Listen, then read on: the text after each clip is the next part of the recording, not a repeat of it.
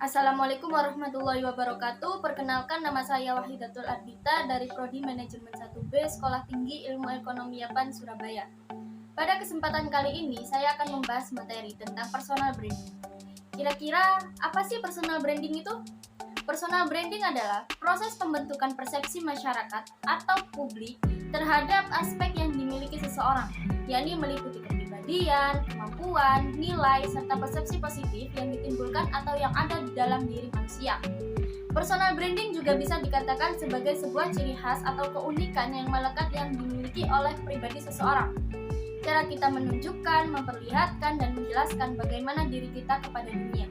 Hal ini dilakukan untuk menciptakan sebuah persepsi kepada masyarakat atau publik tentang diri kita yang memiliki value yang istimewa dan unik berbeda dengan orang lain.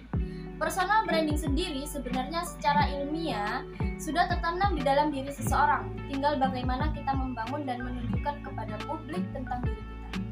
Lalu, apa saja sih manfaat yang kita dapatkan dari membangun personal branding pada diri kita? Nah, berikut adalah manfaat yang kita dapatkan. Yang pertama yakni percaya diri. Personal branding yang kita bangun baik sengaja ataupun tidak sengaja, entah itu melalui media sosial ataupun cara lainnya, dapat memberikan dampak percaya diri karena publik tahu beberapa keahlian, prestasi, dan citra baik tentang diri kita.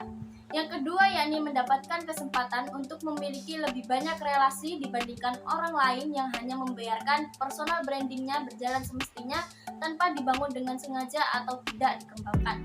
Relasi ini bisa saja memberikan dampak yang luar biasa ke depannya untuk seseorang baik di dalam dunia kerja dan hal lain. Yang ketiga yakni kita dapat lebih mengenal diri kita sendiri dan lebih mengetahui kekurangan serta kelebihan yang ada pada diri kita. Yang keempat yakni mampu meningkatkan nilai harga pada diri kita.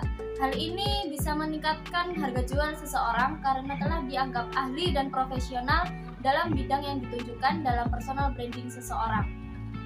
Dan yang kelima yakni dapat memberikan kesan kepada publik atau masyarakat bahwa kita memiliki keunikan dan keistimewaan yang berbeda dari kompetitor lain. Semakin unik dan semakin berbeda seseorang dapat menjadikan seorang yang lebih dipilih karena memiliki perbedaan yang bisa dikembangkan, namun tidak menjatuhkan dirinya, melainkan malah membuatnya berbeda dan memiliki keunikan yang tidak dimiliki kompetitor lain. Lalu bagaimana caranya membangun personal branding dalam diri kita? Dalam personal branding, tentunya ada beberapa faktor yang harus dilakukan seseorang dalam membangun personal branding, yaitu yang pertama mengenali diri sendiri, yang kedua menentukan apa yang ingin ditunjukkan kepada publik, dan yang ketiga menunjukkan hal-hal yang membuat citra diri seseorang terlihat baik di depan publik. Lalu apa saja sih karakteristik dari personal branding? Ada 3 hal mendasar yang merupakan karakteristik yang harus diperhatikan dalam merancang personal brand yang kuat, yaitu memiliki ciri khas, relevan, dan konsisten. Personal brand yang dibangun apabila memiliki kekhasan atau khusus, relevan, dan konsisten, maka orang lain atau publik akan cepat menangkap dan memahami personal brand tersebut. Karakteristik dijelaskan sebagai berikut. Yang pertama, memiliki ciri khas adalah personal brand yang kuat, menjelaskan sesuatu yang spesifik yang merupakan cerminan dari ide-ide dan nilai-nilai dalam diri kita yang membedakan dari orang lain. Kekhasan ini dapat dipresentasikan dalam bentuk kualitas pribadi, tampilan fisik, atau keahlian. Yang kedua, relevan, merupakan personal brand yang berkaitan dengan karakter orang tersebut yang dianggap penting atau dibutuhkan oleh masyarakat. Jika relevansi atau keterkaitan tidak ada, maka akan sulit terjadi penguatan main masyarakat. Yang ketiga, konsisten, yaitu upaya menjalankan personal brand secara terus-menerus atau konsisten sehingga orang lain dapat mengidentifikasi personal brand tersebut dengan mudah dan jelas, sehingga terbentuk brand equity atau keunggulan merek.